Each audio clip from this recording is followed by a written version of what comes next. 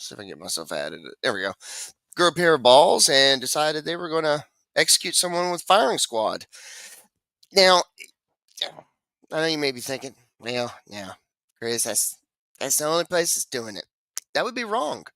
That would be wrong. See, Utah has now got it again, and I believe, and I'm gonna double check, Mississippi also has it by firing squad. Let's see what ChatGPT says. Oh, holy one, ChatGPT, please give me my answer.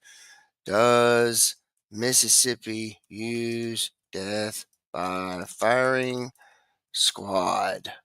Um, um, it's thinking yes. Mississippi permits execution by firing squad as an alternative method to capital punishment due to lethal injections problems. Okay. Oh, it also uses what Alabama uses, which I'm not. I didn't. Well, I wasn't a fan of it, but it seems to work. Nitrogen hypoxia, where you don't know that you're. Well, you just don't know that you're strangling. I guess. I mean, you just stop breathing. You think you're breathing, but nitrogen, is mostly what we breathe, but we need oxygen, obviously. Electrocution or firing squad of lethal injection is deemed unconstitutional or otherwise unavailable. Yeah, South Carolina let the guy choose. He chose it.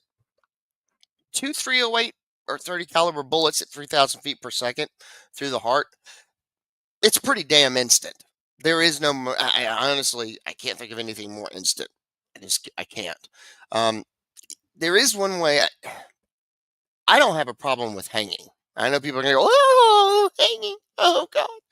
Well, there is one country that, that can build a car perfect. Well, not perfectly anymore, but at least in the 80s, damn perfect. They built all kinds of great little perfect knickknacks and Nintendos and everything else.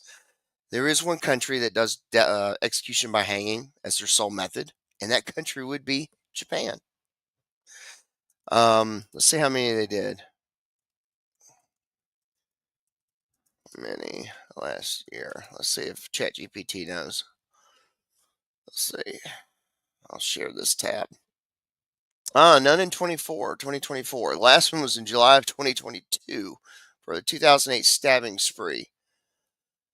Notably, in September 24, Hakamoto, who spent nearly 46 years on death row. I think that's cruel and unusual. I've always thought that you shouldn't keep people on death row in perpetuity. Let's get her done. I just don't agree with it. It's my opinion. I get to do that. I'm on here, so when you're listening, was acquitted after a retrial revealed the evidence against him had been fabricated. This blah blah blah blah blah. Yeah, I guess he didn't get executed, but let's see. What is their method? What is their their method? It's going to say hanging. So I think we should hire Usagi Yojimbo, who does the executions in Japan, and I'm pretty sure that he could do it, and it would be perfect because they do it with it where they don't even have really an involvement. It's a trap door that it goes based upon an algorithm when it feels like it, and that's it. Nobody's the one. Nobody pulls a switch. Someone arms it. Obviously, you have to arm it, but that's it. And you have to stretch the hemp rope. We had issues with this at Nuremberg after the Britain's chief executioner went back to Britain. The Americans didn't do so well.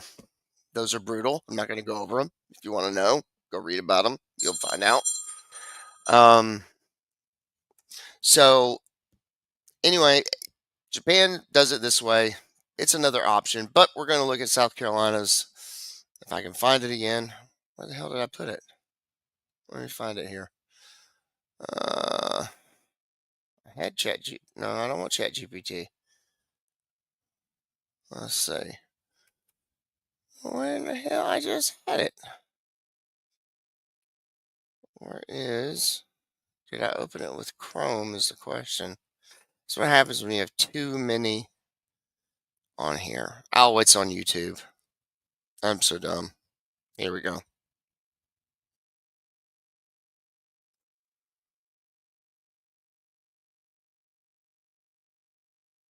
The argument is that these are cruel and unusual. Lethal injection. It allows them to. I'm not sure how sodium pentothal, which a barbiturate overdose, could be painful. I mean, I don't know about you, but when I have surgery, whatever they give you, um, which propofol is usually it, and then Versed is the stuff they give you before you go in to make you goofy. And that's usually what they're overdosing you on. And then I believe they used an injection of uh, it's a paralytic. It might be succinylcholine. I can't remember.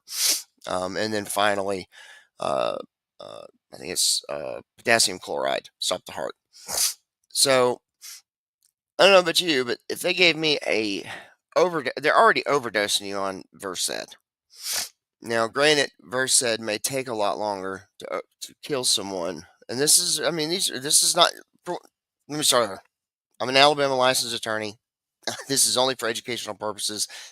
If you're a kid, you don't need to be watching it. Okay, it is how we. This is the legal system. This is the legal system that we have. This is what we do. This is a stark reality, and people should know about it. Maybe if more people took it to heart, they wouldn't do these crimes. Most murders are not done, however, with malice aforethought and just brutality. They're crimes that take place in a heartbeat.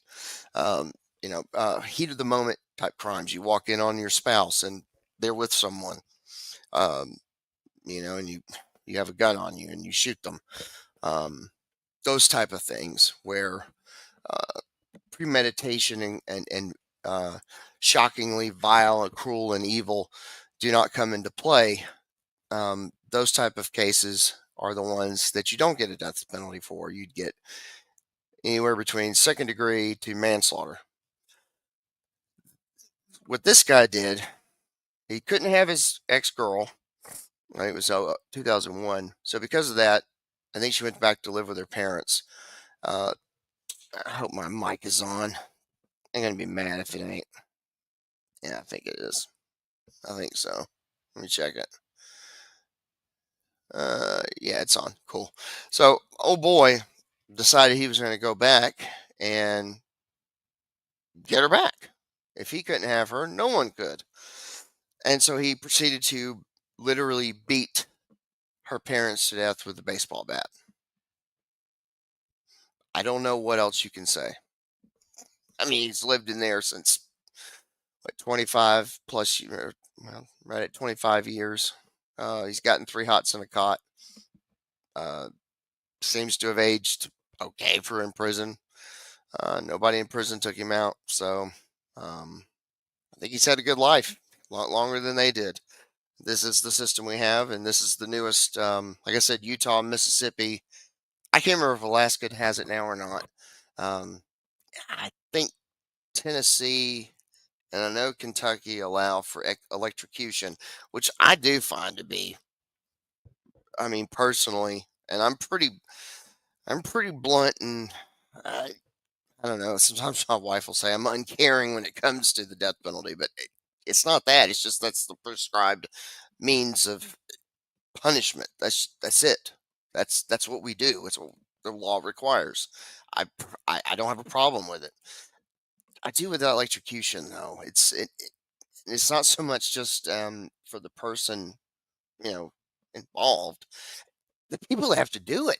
Think about what happens. They do a high course of voltage once for several minutes, and then they do another course of voltage for more than a couple minutes. That like really? Like who thought? Well, I know who thought of it. Edison. He decided he would try to badmouth Nikola Tesla's AC current by showing, hey, look how dangerous this is. It can kill an elephant. There's video of that. New York State was the first to use that system. It's brutal. It shouldn't be used. Hopefully, the video doesn't get taken down for this the content because this is reality, man. It, this is real. This is real life. If you commit murder in these states, this is what you're going to look at. So let's watch the press conference. Obviously, they didn't have video of it, but what South Carolina uses is 308 rifle. I believe there's three. I think two are real. live rounds. One is a blank. Yes, they know which one is a blank. Once you fired it, you know. The real one's kicked, the blank does not. But you don't know until you pull the trigger. So apparently both of these rounds found their home, and he died in less than a minute. And that was how long it took for the coroner to check him. So, or the medical examiner. So let's watch the press conference. The execution was performed at 6:05:50 by a 3-person firing squad and began. He was pronounced dead by a physician at 6:08 p.m. Sigmund, 67, was sentenced to death in 2002 for murder and burglary in the deaths of David and Gladys Lark. Sigmund used a baseball bat to beat the Larks to death in their Greenville home, April 27, 2001. Sigmund's last statement was read to witnesses by his attorney and is as follows. I want my closing statement to be one of love and a calling to my fellow Christians to help us end the death penalty. An eye for an eye was used as justification to the jury. All right. Yeah, this really drives me nuts. I get so tired of these people. Every time they go to prison, boy, they find Jesus so quick. Well, they find Jesus or they find Muhammad.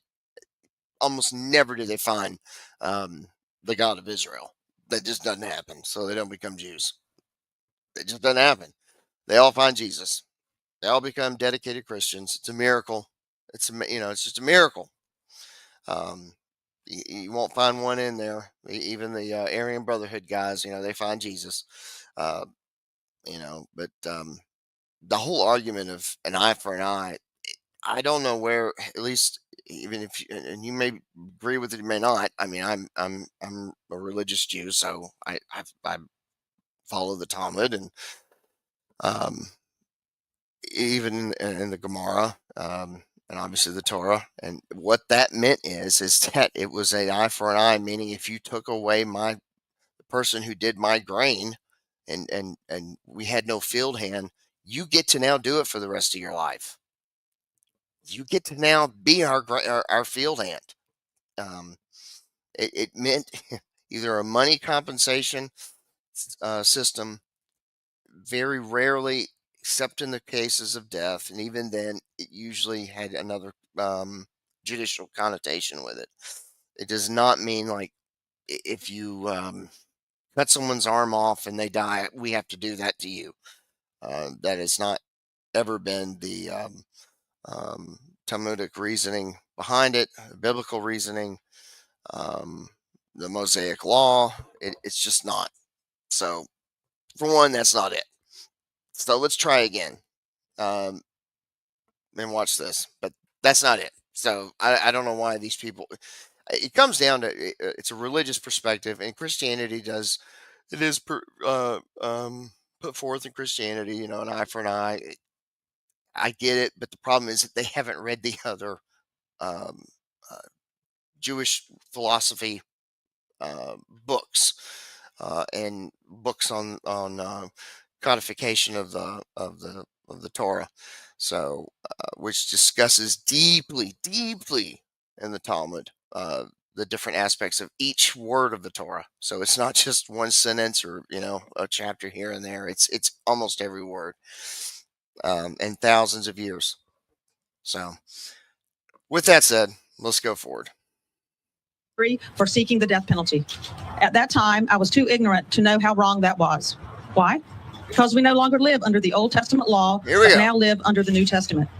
Matthew 5:38-39 says, quote, you have heard. And another thing and I don't mean to get political or religious, which political and legal kind of go hand in hand, but religious doesn't.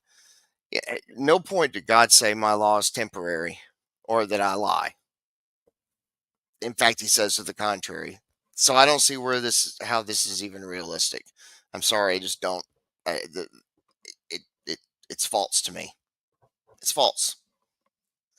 God said his law is forever, his word is forever, and he doesn't lie. And to believe what she just said that he said, and that form of Christianity believes and preaches, you would have to believe that God is now a liar. Anyway, I'm off my soapbox. That it has been said, an eye for an eye and a tooth for a tooth. But I say unto you that you do not resist an evil person. Whosoever shall smite me on the right cheek, turn to him as well. Romans 6:14, quote, "For sin shall not have dominion over you, for you are no longer under the law, but under grace." End quote. Nowhere does God in the New Testament give man the authority to kill another man. That is why the Bible is divided into the Old Testament and the New Testament. Remember the words of Jesus, John 7:19. Did not Moses give you, yet none of you keep the law. We are now under God's grace and mercy. I have copies for you, and it will also be posted on our website. Not true. The laws of Noah. Go back to the laws of Noah. God gave 7 commandments. One of them is to set up courts of justice. This is a court of justice. Justice was executed. No pun intended. Website. Witnesses to the execution included 3 members of the Lark family, a representative from the prosecuting solicitor's office, a representative from the Greenville Sheriff's Department. That is not my audio. I can do nothing about it. It's hers. She's having cutouts and pops. Sigmund's attorney, Sigmund's spiritual advisor, and 3 members of the news media who will address you now. After they all three speak, they will answer questions from the podium. They will not be available for interviews after the press conference ends, as they have their own stories to write. First, Jeffrey Collins from the Associated Press. I don't want to talk. My name is Jeffrey Collins. I'm with the Associated Press. That's JEFFREY COLLINS. And what I'll do is I'll just kind of walk you through what I saw today. So the curtain opened. It was about, looking at my notes, around, it was about 6:01, maybe a little bit after that. And the curtain opened. Brad Sigmund was strapped into the chair. Unlike other death executions I've seen, he was in a black jumpsuit, had black Crocs-like shoes on. He was completely strapped in. It looked like there was a harness over him. There was a strap over his head. His ankles were shackled. He had a covering over his mouth that, was from about here down. When the curtain opened, he looked towards his attorney, who was on the front row of the witness. They kind of exchanged. They had an exchange. I couldn't tell because his mouth was covered what they were mouthing back and forth to each other, but it looked like... Oh, you're going to hear, this is a pretty quick process. It's quicker than I used to be. I had a problem with lethal injection. I thought hanging was probably the quicker. This is much quicker, seemingly much quicker, as long as the shots are true. He was just saying he was okay to his attorney, Sigmund did. At that point, they had the attorney came out and read the final statement. When the final statement was read, well, let me back up one step. He had a target over his heart when the curtain opened. It was already there. It was a little rectangle white paper, or I'm assuming it was paper, could have been cloth. They had a bullseye on it. It had one outer ring and one inner ring on it. It was red. The bullseye was red. So they came out, read his final statement. At that point, when that was finished, a prison employee got a hood, put the hood over Sigmund's head. Then that prison employee walked from the chair the 15 feet over to where there's a brick wall. And at that point, there's a black shade, like one of those shades that you pull down and it rolls up. So there's a black shade there. The prison employee lifted up the shade. And then from that point, it was a little less than 2 minutes of... And I know that some of you are going to be like, well, if Judaism allows for a death sentence, how come Jews don't execute anyone? Well, we've executed one man, at least I say we, in Israel, like since 48, and that was Eichmann. You can. They just choose not to because they're socialist freaking jerk-offs. That's it. That's why I don't live there. I don't want to be in a socialist country. I'm not a commie. I don't like commies. They're commies. Their system runs as a commie system. It's founded by commies. I'm sorry. It just is what it is. If a religious system took over, it sounds horrible because we think of the Islamic religious system, but with a Sanhedrin or something, it'd be different. But that's just my religious views. It's just my beliefs. And I'm an American. I'll die an American. Would I fight for Israel? Well, yeah, if I weren't so damn old. But I don't like, even here, I don't like commies. I just don't. I don't like socialists, don't like commies. They have destroyed the legal system and they have destroyed society in general. So it is what it is. Nothing at that moment. I mean, you could see Brad Sigmund took several pretty deep breaths, and then suddenly the shots rang out at I believe Christy said it was 6:05 and 50 seconds. At that point, you did see a small red stain on Sigmund's chest. It was irregularly shaped, but oval, if that makes sense. I mean, like it wasn't like a circle; it was an oval shape. I saw it looked like he may have taken a couple of his chest rose and fell about 2 times immediately after the shots. You could see a tiny piece of like tissue or something that was coming out of that. At that point, also his arm tensed up when he got shot. There's kind of this brief moment of tensing. After that, the doctor was in there fairly quickly. Less than a minute after the shots came. Couldn't see exactly what the doctor did because my viewpoint was blocked from his back, but he did an examination for about 90 seconds, and then he walked back towards the other side of the room, walked from left to right as I'm viewing, and then that's when the prison employee announced 6:08 is the time of death. And the only other thing I might add is when they came out after the shoot, they pulled the shade back down. I'm going to let Anna go next and see if she wants to add anything. Go ahead, Anna. Hello, everybody. My name is Anna Dobbins, ANNADOBBINS. I am with WYFF News 4 in Greenville. Greenville is the county where David and Gladys Lark lived when Brad Sigmund killed them in 2001, and brings us here tonight. I will start after we are in the witness room. It's a very quiet room. No speaking going on whatsoever. The only thing you can really hear are intakes of breath as people try to calm themselves down. Feet shuffling, that sort of thing, and everybody constantly glancing at the clock to see where. Sorry, I talked over it. God dang it, I hate that. I hate having to jump back and forth. Sorry. Let me rewind a little bit.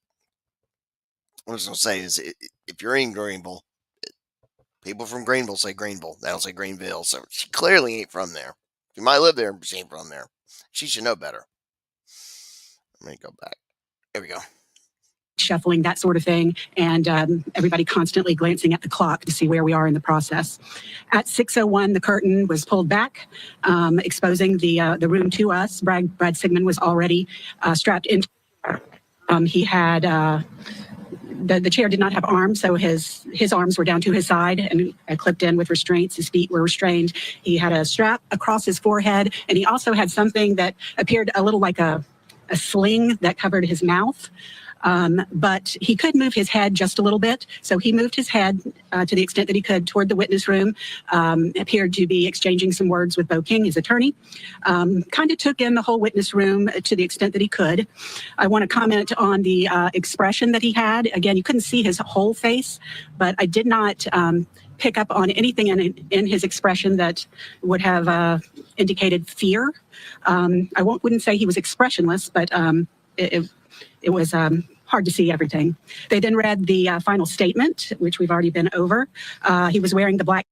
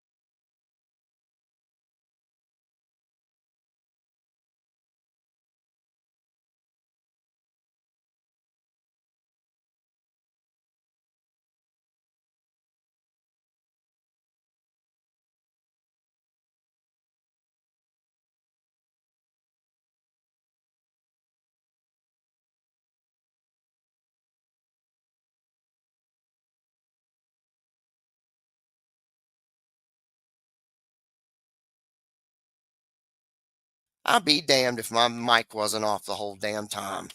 God damn it. I hate this thing. Well, anyway, God, all that I just spoke was just for nothing. I don't even remember. So let's just forget what I said and I'll think of it later. Black jumpsuit. His arms were exposed and bare. At 6:03, they put the hood on. And at 6:04, they lifted the shade on the what I would describe as cubbies that the executioners were going to shoot through. We could not see the guns. Now I remember what I was going to say. It had to do with the Eighth Amendment. Cruel and unusual. I think putting someone in isolation, because I've had every client I've ever had has lost their freaking mind that was in it for more than a few days for punishment. It's common in prison where you might get a couple days. You get caught doing tattoos illegally. I don't know, you might get a few days to up to a month. Usually, I've never had a guy lose his mind. Guys that have been in for months to years lose their freaking minds. And that's what happens on death row. They basically go into ISO. That's where I become sympathetic as not only a human, especially a lawyer's. Man, that's cruel and unusual. We should be doing this a lot quicker. It shouldn't be 25, 35, 45 years and you're executing an 80-year-old man. That's freaking retarded. Like, oh, well, how old was he when he committed the crime? Well, he's 27. How old is he now? He's 72. What's the point at that point? I mean, he's lived his damn life. I mean, he's beaten the punishment. We've got to do this in a humane way. This is the quickest you can do it that I can think of that people can put up with. Personally, some don't mind hanging. Hanging can be done. Japan does it and has no issues that we know of. That's probably my limit of what I could stomach. You know, what other countries do is what other countries do. That's what I think. Electrocution, I think, is cruel and unusual. That's just my opinion. Not only for the prisoner, but for us, those that have to witness it. It's hideous. It can be. But yeah, I think that's a good argument for Eighth Amendment violations. Hey, man, look, if you're going to do it, do it. This is a punishment. This isn't a freaking deterrent. This is my punishment. You know, let me get my appeals done. And Texas kind of does those pretty expeditiously. It should be a direct appeal. Forget the appellate courts, just straight to the state Supreme Court. Let's have it. Let's find out. Let them get their habeas over with, and then let's go. You know, a 27-year-old man who gets convicted and sentenced should not be executed in his 70s. That is utterly freaking ridiculous. And that's happened recently. We've had a couple. Their crimes are in the 70s. What's the point? At that point, what is the point? They have lived their freaking life. Literally. Natural causes may take them within a few years because prison is not a good life. But for these, look, for the people who say, well, life imprisonment is, that's a horrible punishment. Not for a convict. For a con or someone who is institutionalized. Look, I have guys that come, I'd go to them and say, man, they want to give you a 15 split 6 or 15 split 5. And in Alabama, it's split sentence act. That means you get a 15-year sentence, you serve 5, you're out, the rest on probation. If you get busted on anything, you serve the rest in prison. Even if you get to year in time served plus probation, number 14. I had a guy that served 19. I think it was for manufacturing. I think he had 20-year sentence, split 5. He did his 5 years. He was on probation 15 years. He got 14 years, 320 days. Freaking got busted with a damn firearm because of his dopehead girlfriend. They revoked him. He got to serve his 15 years. So I'm going off the track a bit, but that's my point, is that the Eighth Amendment, I think, should preclude letting someone sit in segregation forever. Let's get it on. All right, either that or let's don't do it. But if we don't do it, you're not punishing the convict. This guy was a con. He'd been in, God, I think that guy, he was in his, I think early 60s, had COPD. Really no reason to send him back. He was going to die soon anyway. But he was institutionalized. He didn't care. I did not care, because in the midst of being able to have a normal life and wake up and have breakfast and coffee in the morning, listen to the radio, watch some TV, have fun with your buds and talk and get tattoos and work out or whatever. They get a whole day, man. They're used. That to them. That's normal. For us, that's horrible. That's not. I don't want to be in prison. It didn't bother them. So to sit there and say, these people, life imprisonment is just punishment for a convict or someone who's institutionalized. No, it's not. That there has to be something more. There was also no countdown or anything like that to tell us when the shots would be fired. The shots were fired at 6:05. I perceived that they were all fired at once, that it was just one sound. There was an ever so slight, I don't know if it was an echo or a fraction of a second that one of the shots were different, but it was ever so slight. His arms flexed. There was something in his midsection that moved. I'm not necessarily going to call them breaths. I don't really know, but there was some movement that went on there for 2 or 3 seconds. It was very fast. I did see a splash of blood when the bullets entered his body. It was not a huge amount, but there was a splash that you could see kind of protrude from the wound. And the target was, you couldn't really see what happened to the target. It just wasn't there anymore. The chair that he sat in sits in something that I'm just going to refer to as like a catch basin. There were maybe a few drops of blood that I could see in the catch basin, but that was really it. At 6:06, the medical professional came in, talked to or listened to his heart and his body for, it felt like a long time, but as we calculated, or as I calculated here with my notes, it was a little bit over a minute, between a minute and a minute and a half. And at 6:08, the declaration of death was announced.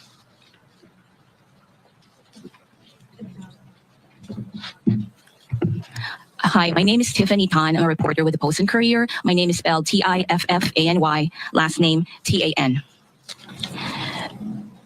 When we entered the building, to the execution chamber building, right when we entered, there was a table to the right where they had little transparent cups. They had these bright orange ear protection that people going inside could take if they wanted that. That's Jeffrey showing that. And so we were told that we had the option to take those to protect our ears.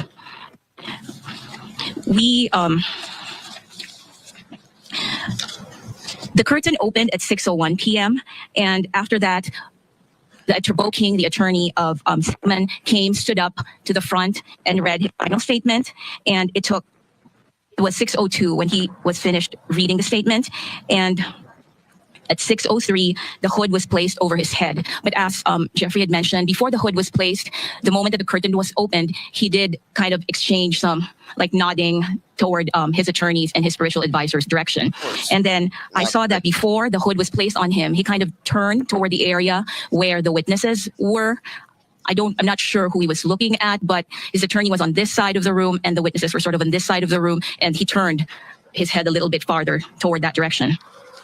After the hood was placed, they lifted those black shades on the wall, and you could see this rectangular opening with sort of two middle, separated with two, something in the middle. So essentially there were 3 smaller squares in that big rectangle. And the shots were fired at, it was one shot, like Anna had mentioned, almost like a split second. You could hear sort of like an echo. There was one shot that sort of followed by that echoey noise. That was it. Maybe 3. That was 6:05, and then after that, from my angle, because it was Jeffrey here, Anna, and then me. From my angle, I did also see, because he was seated sort of. You're driving me nuts, lady. Shut the hell up. Oh, he was perpendicular to us. Please. So you could see his profile. So I could see his kind of chest. Oh my gosh, she just keeps going. Go to the microphone. We're skipping. Raise your hand. There's the wonderful decedent. Right here. Alex Capriello, News Nation. I'm wondering if there was any reaction from the other witnesses in the gallery when the last words were read out loud. Probably not. didn't see any reaction from them at the point of last words. They did. It was actually a little bit unusual because usually the death chamber is a very, very quiet place, but they did chat a little bit among each other before the curtain opened. One thing I thought about as Anna and Tiffany were talking is that when the shots were fired, it was very loud. It was very jarring and very, as you can imagine, shots would be. Gunshots are in at a that damn point, I think pretty much everybody in the room flinched. I did hear, I think I heard what sounded like a gasp or something along those lines, but mostly I just noticed everybody just kind of involuntarily flinched a little bit. But as far as reaction from the witnesses, I didn't see anything out of the ordinary from my vantage point. All right, as you see there, we've been listening in after the post-execution press conference there, after the man on your screen there, Brad Sigmund, the 67-year-old convicted murderer, was officially executed by firing squad there in South Carolina. We do want to remind you when we show you these things, as you can see there on the bottom of our screen, viewer discretion is Sigmund, the 67-year-old convicted murderer. Let's listen back in. Viewer discretion is advised. And they're looking. I'm looking from his back, so I couldn't see exactly what he was doing. You could tell he was doing some things around his chest, around his neck area, but I couldn't tell exactly what procedures he was doing or how he was checking for life. Yes. Quick clarification about three of the things. One, if you could describe the covering over the mouth. I'm imagining a gag of sorts, and correct me if I'm wrong. Number two, Jeffrey, you said this was the first time you've seen a black jumpsuit. If you can clarify what it was before. And then, sorry, three would be one of you mentioned that the target seemed to disappear after the shots. Daggum anti-death penalty people are going to say, they gagged him. They gagged him. He couldn't breathe. No, it's to stop blood. Were fired. What do you mean by that, of it disappearing? First off, it was like, for lack of a better way of putting it, it looked like a sling. It wasn't like a gag. It wasn't like tight up against his mouth. It was just, it looked like his jaw could move. So it almost looked like it was kind of like a sling. This was a black jumpsuit, which on the other 10 executions I've covered, the inmates have all been in green jumpsuits. The ones that you've seen in photographs of them on death row before, they're kind of an emerald or a Kelly green jumpsuit. And the target itself, it blew off. I mean, I don't know how better to explain. You just saw the target was there. You heard the shot fired, and then the target was gone. So I mean, you have to remember, if you haven't ever shot a firearm, fired a handgun or rifle, they're using 308. It's the American designation. It's 308 of an inch bullet. It's 30 caliber. It's a 30 caliber round. I don't know, probably my fingertip might be too big. It's a good sized bullet though for an actual round. It's your medium size. It's what the military uses for most of their shorter range sniper type stuff. There's some other rounds too, but it's not a 50 BMG. I mean, they didn't fire, freaking half-inch round at the guy. But those rifles, I mean, look, when they go off, dude, you better have some ears on. It will ring your bell. I've been in qualifying in a range before, and unfortunately, a SWAT guy was.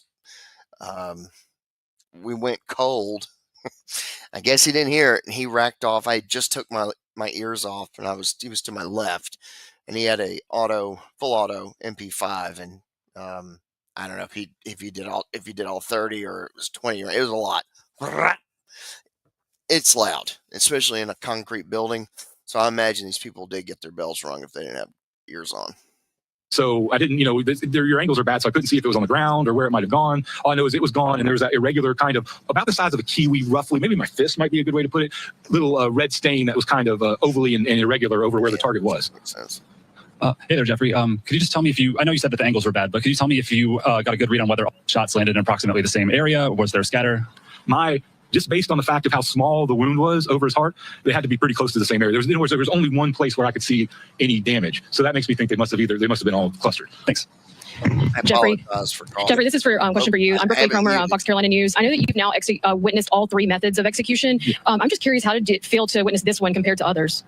This is much, one of the differences I tell people is this is much quicker. Lethal injections in South Carolina from start to finish take about 20 minutes these days. When I look back, the electrocution took, they give one big jolt of electricity for several seconds, but then there's another jolt for a minute or two. So there's a longer period of what happens. This, it was instantaneous. And, the time from the shots being fired to the time death was declared was a little over 2 minutes, I think, if I remember correctly. So it's just a much quicker method. And because of that, like I said, that shot being fired, it does, everybody in that room flinches. And I guess in electrocutions, there's that moment of flinching because when they pull the breaker, you hear a thump and everybody kind of tenses up a little bit at that. But those would probably be the biggest ways to kind of compare and contrast that.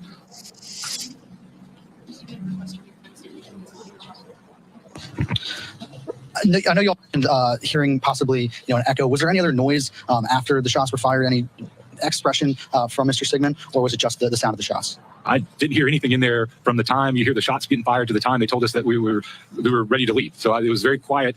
And I mean, I looked around, I didn't see anybody's expressions change or anything, but again, most of the witnesses are in front of me, so I'm not seeing their face. But from what I could tell, it was very quiet from the point where the hood was placed on from the point where the curtain opened, really. It was a very somber, quiet room outside of the shots being fired. And question for Christy, could you confirm what it was that he was shot with, the caliber? And I can't hear you. The firearms that he was shot with, the caliber, are you able to confirm what they were? So is your question what caliber? Yes. What caliber bullet was used? It was a .308 Winchester Tap Urban. Thank you. Ooh. Other questions? Ted. I just wait. I'm sorry. Submit. I just wanted to clarify from Jeffrey or whomever. Can you show with your hands again how far the hood came down, and then how the mask was, like with your hand on the mouth, like what part of the face was present to the witnesses? The sling kind of, when the curtain first opened, the sling was came up to about right here, but he mouthed something at his attorney, and when he mouthed, you could see his mouth just a little bit. I couldn't tell what words he was saying or what specifically what their exchange was like, but yeah, it just kind of was a sling that covered from his neck up to about where his top of his lip, but it wasn't a very tight sling because when he spoke, you could see parts of his mouth. No, skip ahead a little. I'm glad you asked it. We have an extensive array of services available to employees who experience trauma or assault, and that team is actively involved in working with the execution team. We will do an after a review of today's incident and make any changes that are deemed necessary. And remember, he chose this method over other alternative methods like lethal injection or the electric chair because he did not think the state was releasing enough information about its new lethal injection procedures. Sigmund killed the parents of his ex-girlfriend in their Greenville County home back in 2001 to try to get her to come back to him after their relationship soured. And so this is significant, and you've been watching this entire press conference because of the very method in how this was done, firing squad. Now, South Carolina turned to the firing squad as it struggled to find alternate methods to execute. Hey, this is what happens with you anti-death penalty people. You can suffer, because this is what happens. You made us go to this. You got the companies to quit providing lethal injection serums and or medicines. You've succeeded in that, so you're not going to stop it. It's not going to happen. So it's going to be this or hanging. That's good. And I don't think anybody really wants to go back to electrocution. That's, but this is what's going to happen. So you made this happen. We could have done it by lethal injection. You made it happen. Execute condemned inmates. By the beginning of this decade, the state's supply of lethal injection drugs was gone, and no company would sell more except anonymously, which was not allowed at the time. So judges would not set execution dates if the electric chair was the only method. 13 years elapsed between all of this here. Now, a Democratic lawmaker suggested a firing squad if the state was going to keep capital punishment. Supporters cited U.S. Supreme Court Justice Sonia Sotomayor, who wrote in a 2017 dissent that, quote, in addition to being near instant, death by shooting may also be comparatively painless here. And South Carolina, as you know, a couple of years ago, changed its law to allow for this method. If we're going to do it, this is the way it should be done. Worked great. Alabama's nitrogen hypoxia seems to be also a painless, but it takes a lot longer. Now, they don't know that they're suffocating or being, it's not really the correct term, but they don't realize that they're getting nitrogen hypoxia. I think it's hypoxia. Regardless, they ain't getting no oxygen. So they don't realize it, and they just eventually get tired, act goofy, get tired. Same thing with divers that get, I think it's called nitrogen hypoxia. But same thing. And then eventually they go to sleep and pass away. So, I mean, this is reality, YouTube. If you don't like it, I hope you don't pull the video, but this is reality. We cannot not face reality. This is it. This guy murdered 2 people horrifically in cold blood. His punishment was affixed at death. The state did it. So, I mean, we could hide stuff and nobody talk about it, but it doesn't change the fact that it's happening. Then no one knows. That's not cool. This should be public. This should always be public. I don't mean the execution. I mean, you could argue that too, but we should always know what's happening, and hopefully, YouTube, and hopefully we don't have to rely on just the news to communicate it. That would be a shame. But I just wanted to go over this. I had done one on Alabama's nitrogen hypoxia. I think this is a better way of doing it. If you're going to do it quick. Seems to have worked, and I think it's constitutional. You know, hopefully we won't have any challenges. It seems like at least Sotomayor, unless she goes back on her own statement, she seems to be okay with its um, um, seems to be okay with the prescription of it and how it's probably her only issue would be how it's executed. No pun intended. But anyway, there we go. That is South Carolina's execution this last week.